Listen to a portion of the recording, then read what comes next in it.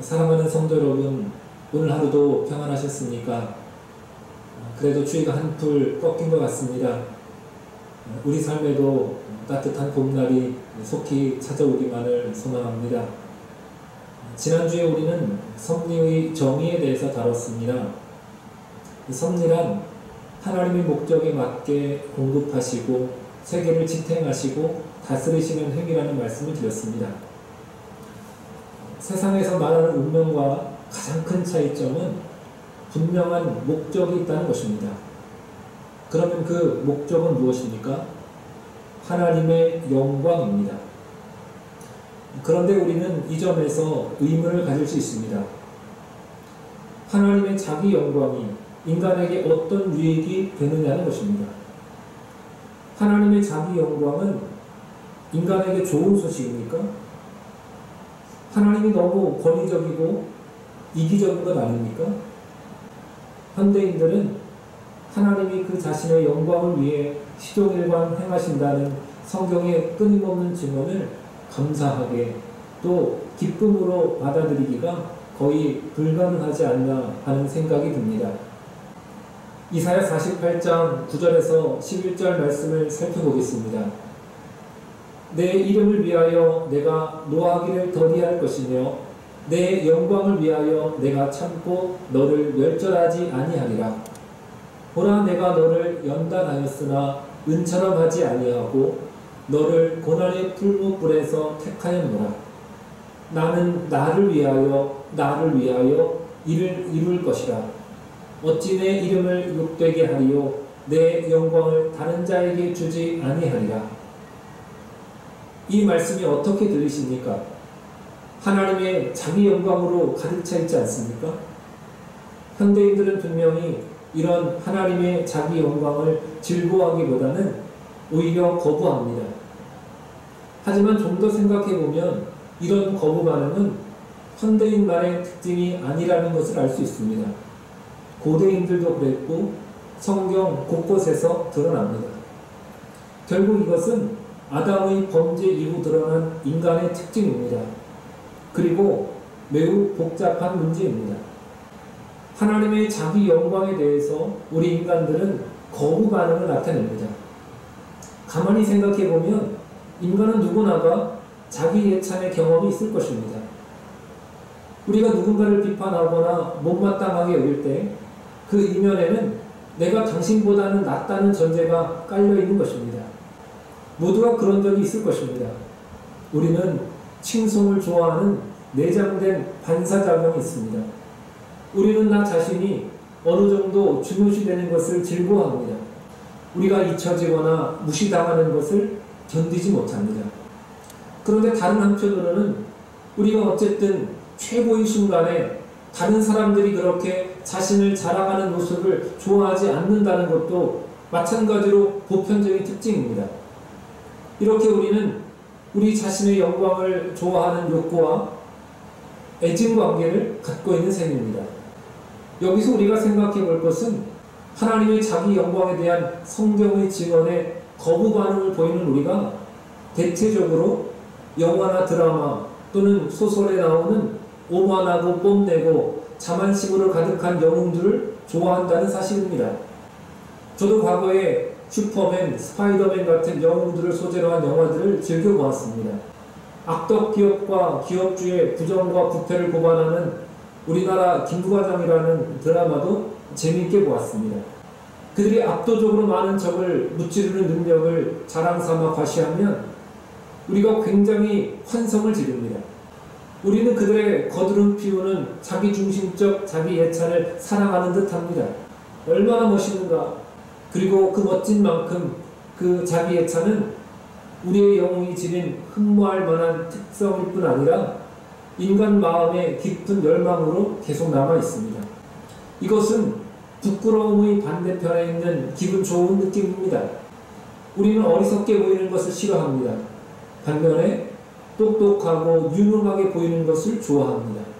우리는 영웅들이 자만심의 한계를 넘더라도 이와 똑같은 모습을 계속 지니길 바랍니다. 설사 실패했더라도 다시 자신만만하게 일어서기를 기대합니다. 하지만 이 문제는 그리 간단하지 않습니다. 이런 자만한 영웅들이 불의하게 행동하고 무지한 사람들을 괴롭히기 위해 교묘한 기술을 이용하기 시작한다면 우리의 마음은 조금씩 변할 수 있습니다. 얼마 후에 그들을 멋있게 만들었던 그 정신적 영민함과 신체적 기민함과 언어적 위트가 그들을 악하게 만든다면 그들은 매력을 잃게 될 것입니다. 한때 우리를 즐겁게 했던 자기를 높이는 그 거만함이 이제는 혐오감을 줄 것입니다.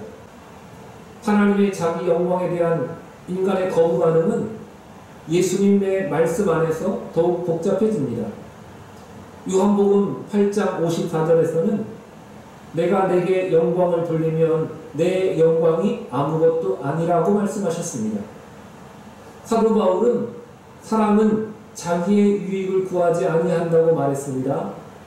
누구든지 자기의 유익을 구하지 말고 남의 유익을 구하라고 권면했습니다. 그러니 이 하나님의 자기 영광은 성경의 원리와도 상충되는 것 같습니다. 하나님의 자기 영광에 대한 거부 반응을 부추기는 것은 또 있습니다. 겉으로는 우리가 이기심에 반대하는 도덕적 입장을 내세울지 몰라도 실제로는 자기를 높이는 하나님뿐만 아니라 세계와 우리에게 권위를 지닌 어느 신이라도 거부하는 깊은 반항심이 우리 속에 있다는 것입니다. 바울은 이것을 바로 그리스도의 구속적 죽음과 성령의 사역이 없으면 인간 마음을 특징짓는 것이라고 말합니다. 육신의 생각은 하나님과 원수가 되나니 이는 하나님의 법에 굴복하지 아니할 뿐 아니라 할 수도 없음이라. 육신에 있는 자들은 하나님을 기쁘게 할 수 없느니라. 바울은 육신의 생각을 가진 자들과 성령의 생각을 가진 자들을 대조시킵니다. 이후 성령의 생각을 가진 자들을 이렇게 묘사합니다. 만일 너희 속에 하나님의 영이 거하시면 너희가 육신에 있지 아니하고 영에 있나니. 하나님의 영이 예수 그리스도에 대한 믿음을 통해 우리 속에 거하시게 될 때 우리는 육신의 생각을 가진 상태에서 성령의 생각을 가진 상태로 바뀝니다. 믿음을 통해 얻는 성령이 없으면 우리가 선천적으로 하나님께 불순종하고 그의 권위에 저항하게 되는 것입니다.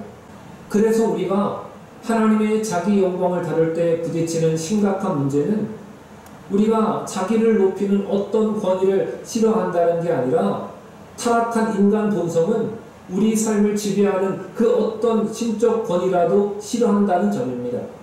하나님이 그 자신의 영광을 위해 행하시기 때문에 우리에게 매력적으로 다가오지 않는다는 생각은 보다 깊은 거부 반응을 은폐하는 것입니다. 그분이 하나님이시기 때문에 매력이 없다고 느낀다는 것입니다.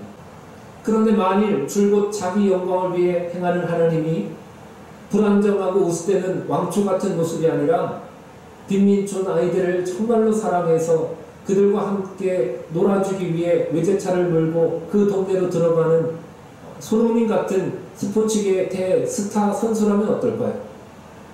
만일 자기 영광을 주목하게 하는 하나님이 자기가 최고라고 떠드는 돌팔이 의사 같은 모습이 아니라 정말로 최고 의사라서 오직 그만이 그 공동체를 전염병에서 구출할 수 있는 그런 진짜 의사라면 어떨까요?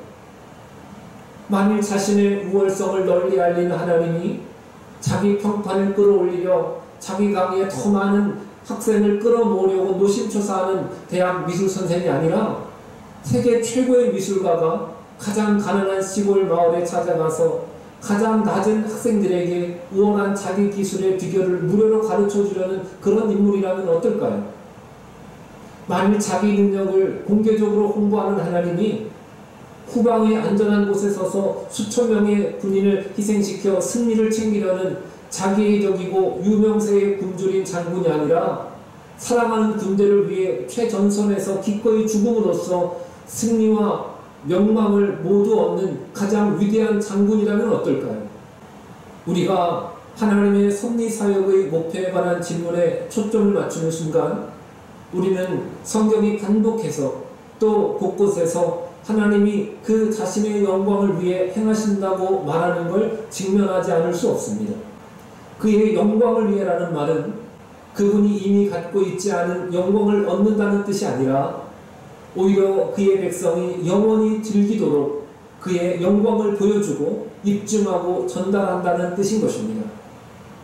말하자면 하나님의 자기 영광에 분노의 반응을 보이는 대신 그분을 최고의 보배로 영접하는 모든 이들을 위해 그렇게 하신다는 뜻입니다.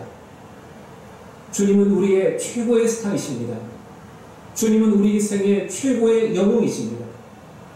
그분의 자기 영광은 우리의 기쁨과 행복과 자랑과 소망이 되는 것입니다.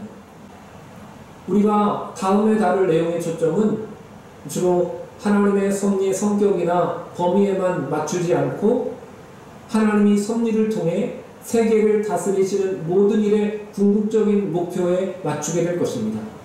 그렇게 되면 하나님이 자기 영광을 전달하는 것이 어째서 우리를 완전히 또 영원히 행복하게 만들려는 목적과 상충되지 않는지 그 이유가 분명해질 것입니다.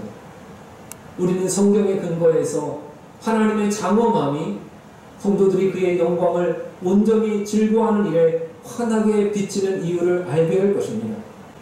하나님의 영광은 그분의 완전한 속성 중에 그 어느 하나가 아니라 그 모든 완전성들의 아름다움, 그리고 그것들이 서로 완벽하게 조화를 이루는 모습, 그것들이 창조세계와 역사에 나타나는 모습을 일컫는 것입니다.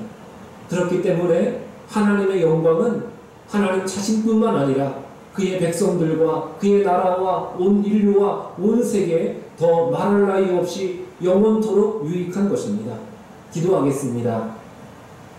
온 땅과 만유의 참된 주권자가 되시는 살아계신 하나님 아버지, 주님 홀로 영광 받으시옵소서. 때때로 하나님의 영광이 우리의 삶과 동떨어진 것처럼 여겨질 때가 있사오나 하나님의 영광으로 말미암아 우리의 삶이 더욱더 풍성하여진다는 사실을 우리로 깨닫게 하셔서 날마다 그 하나님의 영광스러운 가운데 거하는 저희들의 삶이 되게 하여 주옵소서. 함께 하실 줄로 믿사오며 예수님의 이름으로 기도드리옵나이다. 아멘. 평강